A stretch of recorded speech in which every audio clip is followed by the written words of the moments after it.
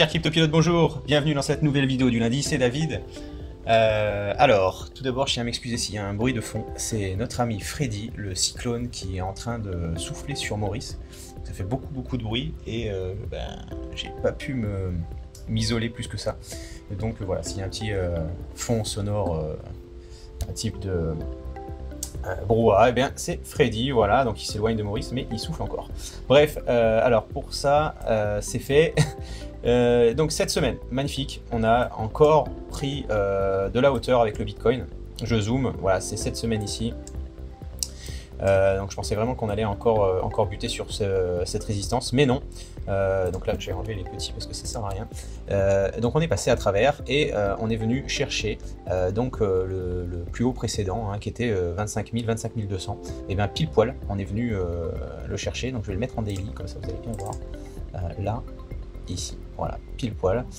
C'est vraiment au pied à coulisses, hein, on est venu chercher exactement le plus haut précédent. Et donc ça remet pas du tout en question pour l'instant notre création de notre épaule, tête et épaule inversée, puisqu'on n'a pas... Voilà, c'est toujours en cours de création, et donc avec possiblement un retour ici pour confirmer ce support.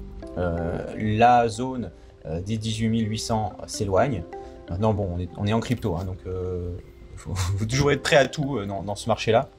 Et donc c'est pour ça qu'on a des stop loss sur nos trades dans l'ensemble, assez étroits, assez proches des prix d'entrée pour éviter de se faire piéger dans des flash crash. Vous voyez, hein, des flash crash comme ça ou comme celui-là, en 2 jours, on est retourné à 18 800 à l'âge de pierre, quoi. Donc en crypto, c'est comme ça. Alors, on a une résistance oblique, mais alors ça, il ne faut pas en tenir compte. Ça avait été, je l'avais tracé il y a de très nombreuses semaines. J'avais mis donc d'abord, je ne sais pas si vous vous souvenez, dans la vidéo, j'avais mis donc là déjà, c'était une résistance oblique, donc qu'on avait breaké ici, on était revenu tester, et puis bon, vous voyez que ça marque un petit peu le rebond qu'on vit actuellement. Et j'avais dessiné ces deux résistances un peu comme ça, sans y penser. Bon, il faut...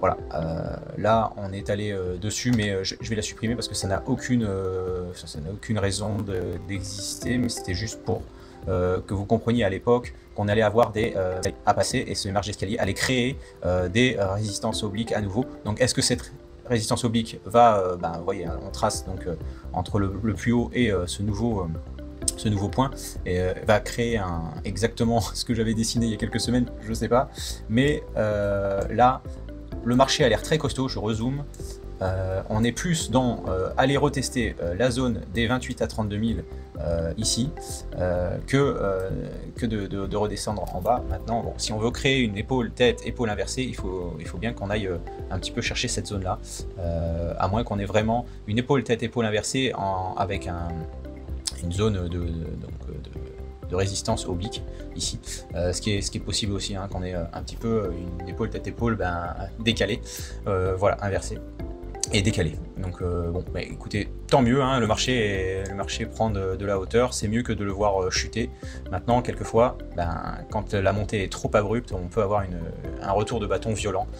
Donc restons prudents, ne nous enflammons pas. Les alts se portent très bien, on a une belle semaine aussi sur la plupart des alts, nos trades se portent bien, on a réussi à toucher pas mal de take profit et de pourcentage de gains sur ces trades là, donc tant mieux, profitons-en. Voilà. Mais gardons à l'esprit que ça peut vite changer de sens, donc c'est pour ça qu'on n'est pas full placé et qu'on a des stop loss assez serrés pour les derniers trades notamment. Pour le Bitcoin, voilà, donc objectif zone, voilà, zone, là ça va devenir de plus en plus dur, hein, bien évidemment. Je vais faire un tour sur les contrats futurs pour les gaps. Donc vous voyez, on a le gap des 27 200, 28 760 qui se rapproche. Donc là, si nos institutionnels ont envie de clôturer ce gap, eh bien allez-y, hein. Voilà. Après on a toujours ce petit gap en dessous, et vous vous souvenez, le gap des 10 000 voilà, qui pourrait être clôturé dans le futur malgré tout, même si on a un bon rebond actuellement. Donc l'idéal, ça serait de clôturer ce gap, hop, venir chercher celui-ci, et puis voilà, celui-là ils peuvent l'oublier, ça serait bien, mais on verra ça plus tard. Donc pour le Bitcoin, c'est bon. On va faire un tour sur les dominances. Alors bien évidemment, vous avez compris que la dominance de l'USDT se porte pas bien. Tant mieux. Donc on a eu un rebond durant la semaine et tant mieux. Ça n'est pas venu chercher ici et on aimerait bien avoir vraiment une clôture. Là, on est en daily. Donc on aimerait bien avoir une belle clôture en dessous de cette zone des 6,40 pour vraiment aller chercher les 28 à 32 000 en Bitcoin qui correspondraient donc à cette zone-là des 5,25%. Mais là, pour l'instant, là c'est aujourd'hui, donc on n'est pas encore clôturé. Ce serait bien que le Bitcoin passe les 25 000, 25 200 comme on a vu tout à l'heure. Et donc du coup, la dominance de l'USDT imprimerait une chandelle vraiment annonciatrice de descente pour la dominance de l'USDT, de montée pour l'ensemble du marché des cryptos. Donc dominance du Bitcoin, qu'est-ce qui s'est passé? Donc il fluctue, elle fluctue la dominance, c'est normal.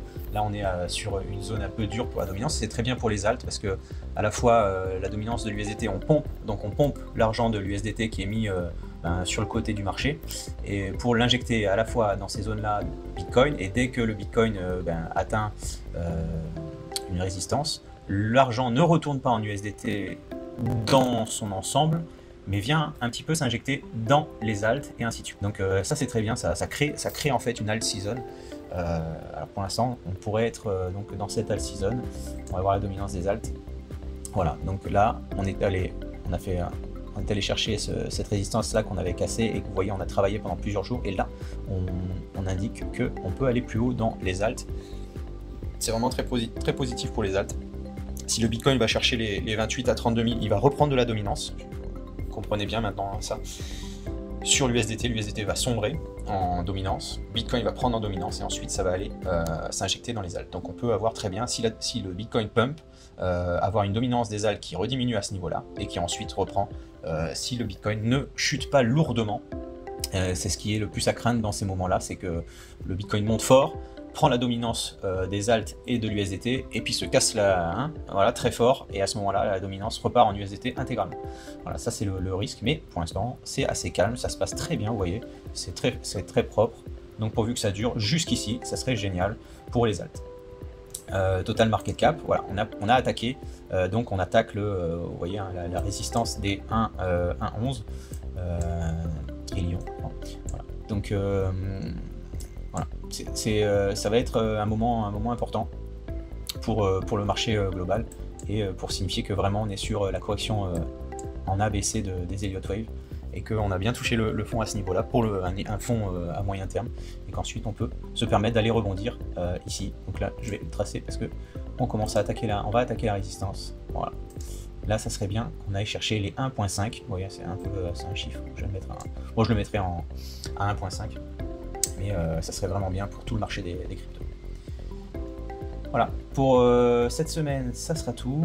On espère vraiment qu'on termine de constituer cette tête-épaule inversée pour vraiment faire une figure de retournement de tendance et confirmer qu'on est sorti du bear market, qui va entraîner donc normalement un range market, et ensuite à la fin de ce range market délivrer un bull market. Donc voilà, c'est un petit peu l'idéal qui pourrait se profiler devant nous, tout en n'omettant pas et de se protéger au niveau de nos trades pour éviter de participer à un flash crash. Merci à tous, à la semaine prochaine, au revoir.